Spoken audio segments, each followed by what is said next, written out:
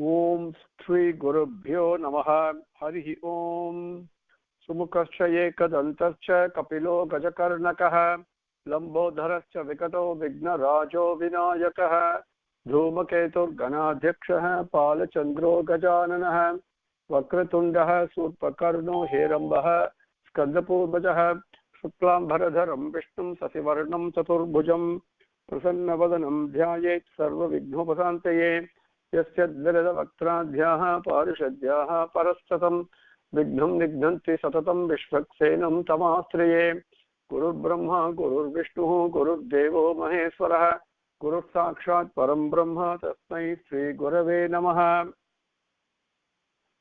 Sachidananda Rupaya Krishnaya Aklishtakarine Namo Vedanta Vedhyaya Gurave Buddhi Sakshine Krishna Dvaipayanam Jatam Sarvabhuta Hiteratam Vedabjabhaskaram Bande Samadhi Nilayam Munim Janmadhyasya Yataha Anvayat Itaratascha Arteshu Abhignahasvarat Tene Brahma Hruda Yaha Adikavaye Mukhyantiyat Horayaha Tejovari Bruta Yatha Vinimayaha Yatra Trisargo Mrisha Dhamna Sena Sada Nirasta Kohakam Satyam Param Dhimahi Garmaha Projita Kaitavaha Atra Paramo Nirmat Saranam Satam Vedhyam Vastavam Atra Vastu Sivadam Tapatrayon Moolanam Srimad Bhagavate Mahamuni Krute Kimva Parairi Swaraha Sadhyaha Hrudi Avarudhyatehe Atra Krutibihi Susrushubihi Takshanat Nigama Kalpataroho Galitam Phalam Sukha Mukhat Amrutadrava Samyutam Pibata Bhagavatam Rasamalayam Muhuraho Rasikoho Bhuvi Bhavukaha Narayanam Namaskritya Naranchaiva Narottamam Devim Saraswatim Vyasam Tato Jayam Udirayet. Now with Bhagavan's grace we came up to Slokam 14 in Adhyayam 20, Skandham number 3. In how the Maitreya is answering Vidura's question about how the creation came about, what are the various things that happened, and please enlighten me. And in 14, we came up to how the Ahamkaram Kriya was created, and the Tanmatrayagal, Panchabhudangal, etc., and the Indriyangal. Now, they were all discrete, they were all separated. When they were created, they were in a discrete condition, they were not able to by themselves come into combination and produce the universe. It was not possible. And then the power of Bhagavan enabled them to produce the Hiranyagarbham, the golden shell. Now, up to that point we came. And this is extremely, they sound kind of strange, but when you apply it on a personal basis, it is extremely easy to relate to, because everything that I relate to and I create, because there is a flow of love, which is attraction. You know, I may call it vatsalyam, I may call it affection, I may call it bhakti, I may call it desire, whatever it may be, the name I give only points to the particular path in which this love actually is flowing. But love itself is undiminished, it's blemishless. Interestingly, if my Pancha Indriyangal, the other actions, the Jnana Indriyangal, etc., if they do not act, if the love, the power of Bhagavan is not flowing through them, then what do I become? I become actually what we call as a dead body, which cannot relate to the creation and does not create at all. So for creation, it is very important that all the aspects that have been given must have Bhagavan's power, the Shakti to be present, which is the Prema present. Now, the sharing that Prema is the Mahat Tattva. That is why the creation takes place. So this is exactly what the 14 talks about. All these various things, the 21 entities that was listed, they were all saying, okay, Swami, we are not able to create by ourselves. We are discrete. We are not able to combine. And then Bhagavan Shakti entered and made this Hiranyagarbham, which is a cosmic shell, which is a golden shell in which the whole universe is My universe is shining in a golden form. So is yours. So this is how the very first aspect of creation, the 14 we talk about. Now in 15, the interesting thing is whatever is created was already existing. It was as preordained by Bhagavan, and we say it is lying in his womb, which means to be yet to be born. Whatever is there is what manifests itself. Now, just like the way our physical body takes a certain amount of incubation time in our mother's womb, all these prapanjam, the creation of the prapanjam also has its incubation period. It lies down in a dormant, latent state.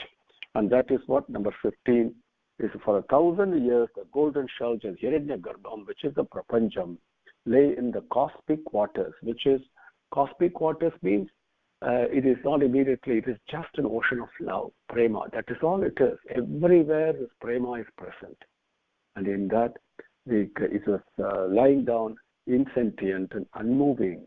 Then Bhagavan dwelt on it, and it took the shape of Srimad Narayana lying on the cosmic waters. So Srimad Narayana is the very first avatar. We must never forget that. Very first avatar, which means avatar means what? The invisible, the unmanifest, manifest itself for our succor to play, right? And Bhagavan, the very first avataram of Srimad Narayana, took place and was lying down on this ocean of love.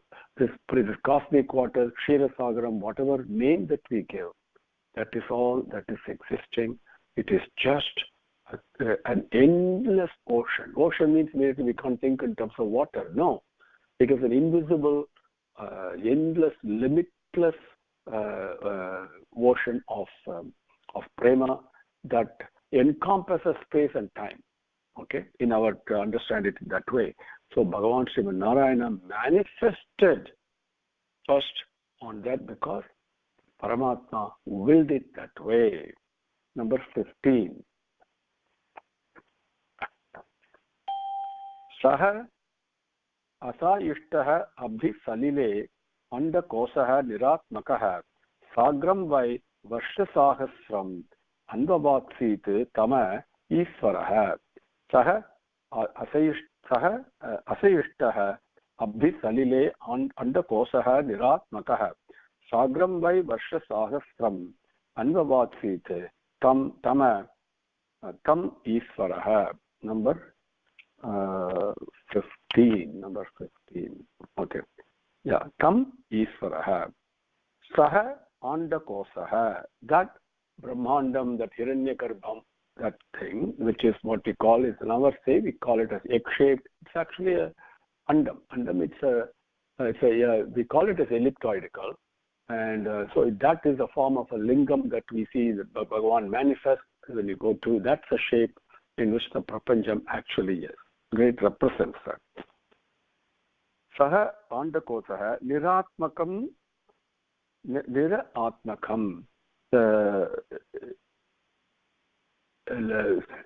without moving, sentient, latent. Okay, Niratmakam Abdha Salile, in the ocean. In this case, it is the Ksheerasagaram, right? The cosmic water. Sagaram Varsha Sahasram. And Varsha, the 1,000 years till the end of it. Now, immediately, we have to control our tendency to begin to understand, because these things cannot be understood. Now, when it talks about Sahasra Varsham here, this 1,000 years of whose years, right? Is it my year or your year, or is it Brahma's year, right? Number one. All we can say is, for a certain period of time. The column itself is created by Bhagavan, whatever that period was. Okay, Sagaram Varsha Sahasram Asayishtaha. It was lying Niratmakaha Asayishtaha. It was lying sentient, latently it was lying like in a womb. Then Isvaraha, that Bhagavan, Paramatma, Parameswaran, Jagat Prabhu, okay, and come that inside that cosmic shell, Anva Vatsite. And very important, he entered it, which means he activated it. Right? All of us need a Shakti to activate, isn't it?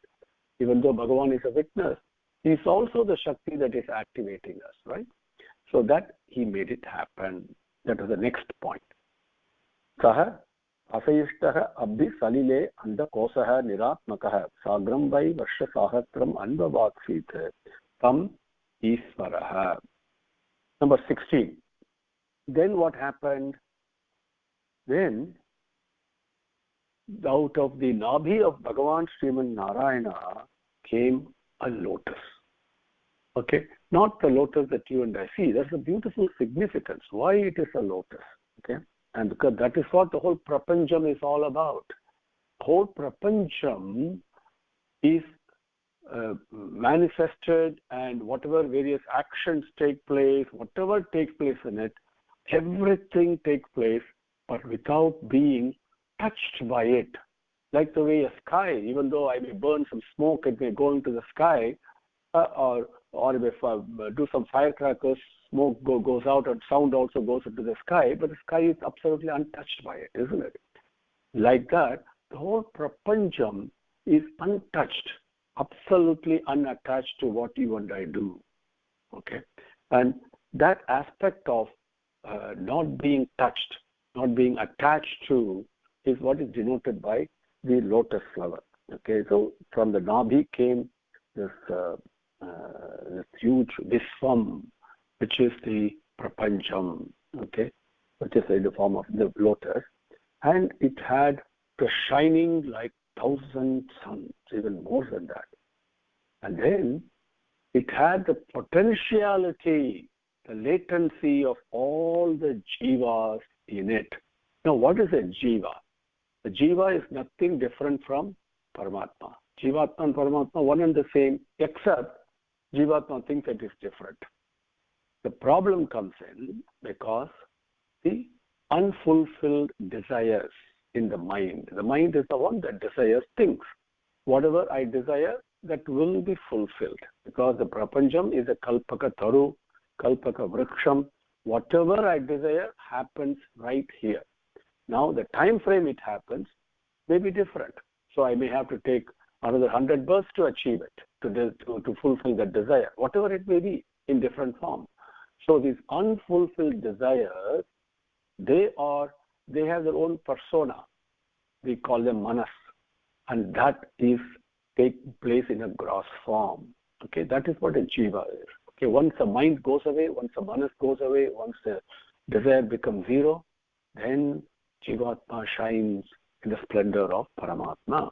So all the latent potencies of all the jivas in it, the Prapancham, this whole Hiranyagarbham, this the lotus flower, world lotus, cosmic lotus, came from Bhagavan's Nabhi and shining so effulgent. That is why we see even the darkest corner of universe is shining. That's why we're able to read it. Shining does not only mean limited to my physical eyes, which have only a certain wavelength that it can see, right? But shining means to be able to perceive, okay, cognizant. Now, and Bhagavan himself is Paramatma in this Hiranyagarbham, on top of this lotus, the Prapancham. He manifested himself as Brahma. Okay, that is the next step that happened. So Bhagavan has created the basic elements, the factors that contribute to creation. Then he also gave the power to create. And as part of that, the cosmic shell, the Hiranyagarbham, the golden shell, which we call as Prapancham, Prapancham. So that came, that is the Visvam. Then Bhagavan came as Brahma himself and sat on top of that lotus flower. Sitting on top of that means is what?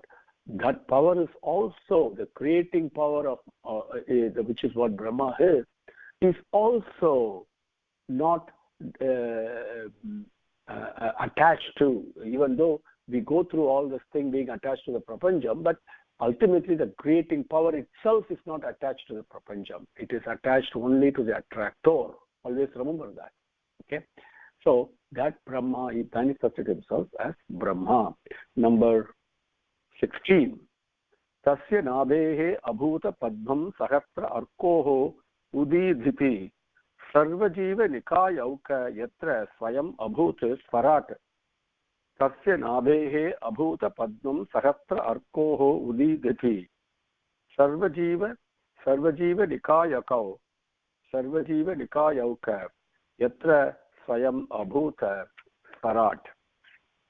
Number 16. Sathya nabhehe, from when one Srimad Narayana manifested himself on the ocean of prema, right, in a cognizable way. Now, cognizable to whom? To Brahma he was cognizant because he gave him the darshan. For you and me, if we work at it through the tapas, yes, he will definitely manifest himself. Now, so that in a cognizable way for my antakaranam to cognition. Very important, the same way Arjuna saw him with divine vision. So, Tasya Nabhehe, from the Srimad Narayana's Nabhi, the navel, Sahasra Arkoho, number 16, isn't it? Number, one second. Sahasra Arkoho Udidhipi. Sahasra Arkoho. 1,000 suns. It's what literal translation is. Basically, infinite suns. Sahasram also means infinite, right? And so infinite suns. Udhiditi. So it is even more effulgent and more bright than infinite suns. Sarvajiva nika yauka. For all the jivas, they need a place to come from. They need a place that they can call as a home, isn't it? So that Sarvajiva Nika Yauka, Padmam, one lotus flower, Abhut, it manifested itself from Bhagavan's Nabhi, came a lotus flower, which is the home, the residence of all the Jiva Rasigal in the whole prapancham.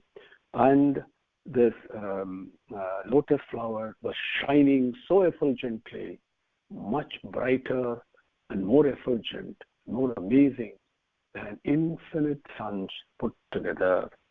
Yatra Swarat Swayam Abhut. That yatra, on top of that lotus flower, Swarat, see, Swarat Swayam Abhuta, very important. Swarat denotes to only one entity. Swarat means there is none above him. He is the ruler, the master, completely, totally independent. There is no ruler above him. That is Bhagavan, that is Prema. So that Bhagavan, that Paramatma, Swayam Abhuta, by himself, with his own power, he appeared as Brahma. Tasya nabehe abhuta padmam sahasra arkoho udhititi sarvajiva nika yauka yatra swayam abhut swarat. Number 18. Now, Brahma, number 17, sorry. I have to read 17. Saha anuvishtaha bhagavata yaha sete salila saye lokasastham yata purva nirmame samstaya saya. Saha anuvishtaha bhagavata yaha sete salila saye lokasastham yata purva nirmame samstaya saya. Number 17.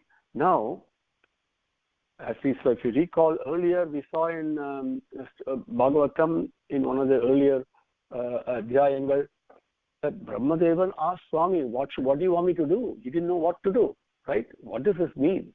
And Bhagavan tells him, you don't have to do anything. You just create things the way they were already present in my womb.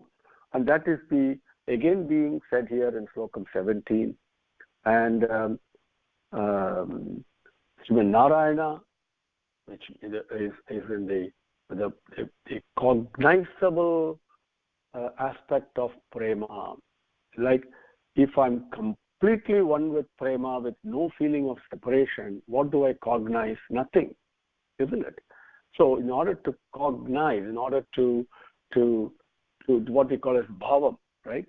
To experience something, you need to have a second entity, right? So that is the role that Srimad Narayana plays, even though Paramatma is even beyond. Paramatma is one, appearing as an avataram of Srimad Narayana.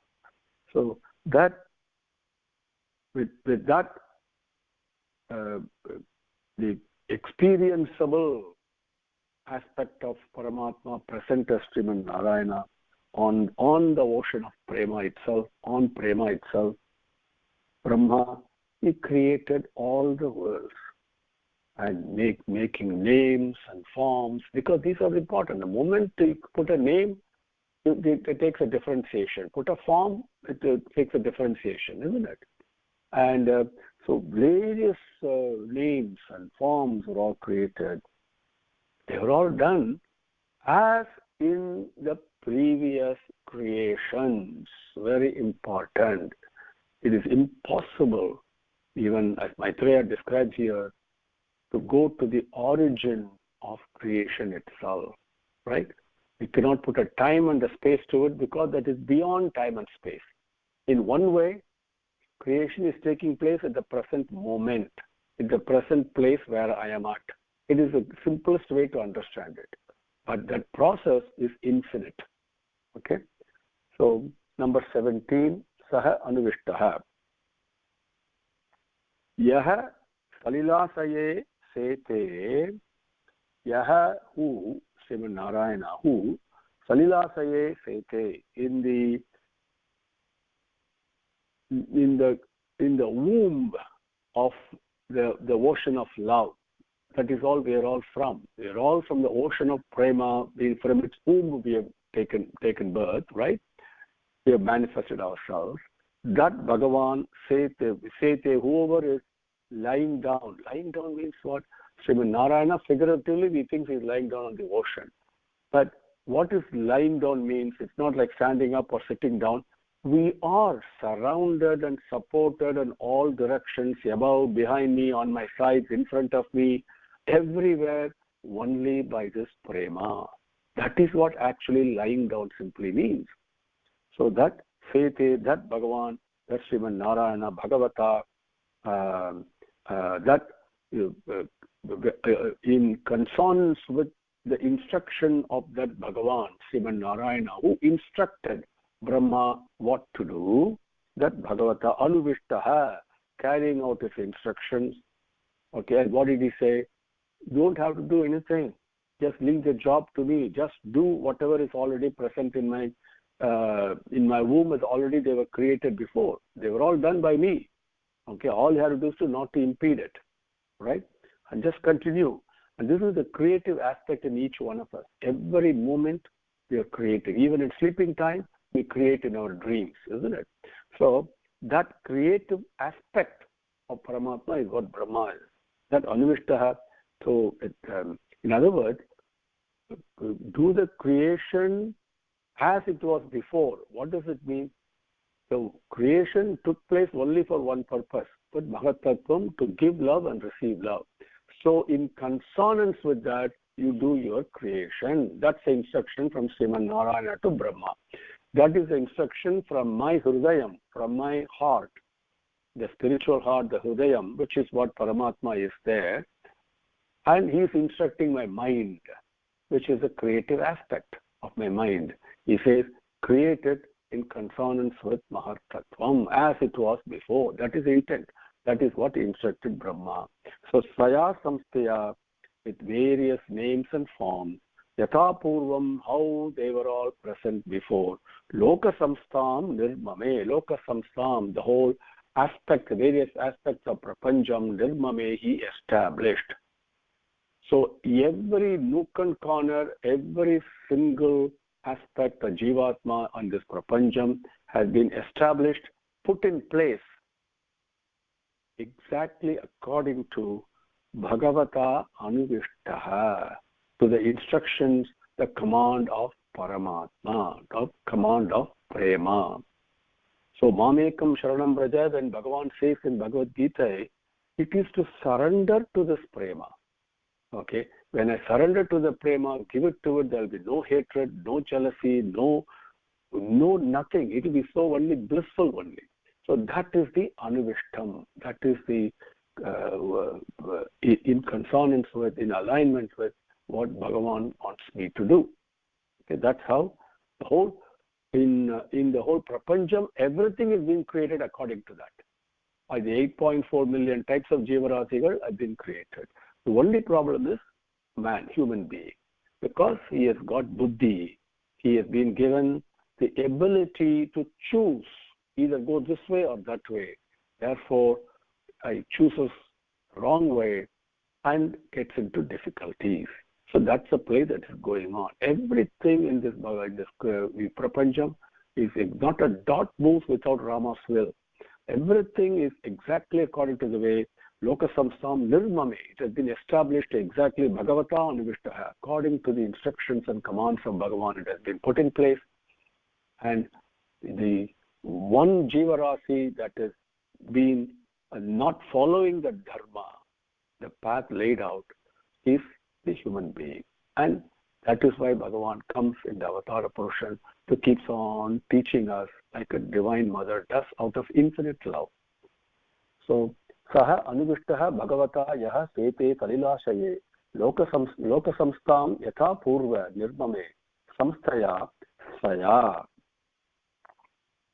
Om Shri Gurubhyo Namaha Harihi Om Samastalokaha Sukhino Bhavanto Samastalokaha Sukhino Bhavanto Samastalokaha Sukhino Bhavanto. Om Shanti Shanti Shanti Harihi Om.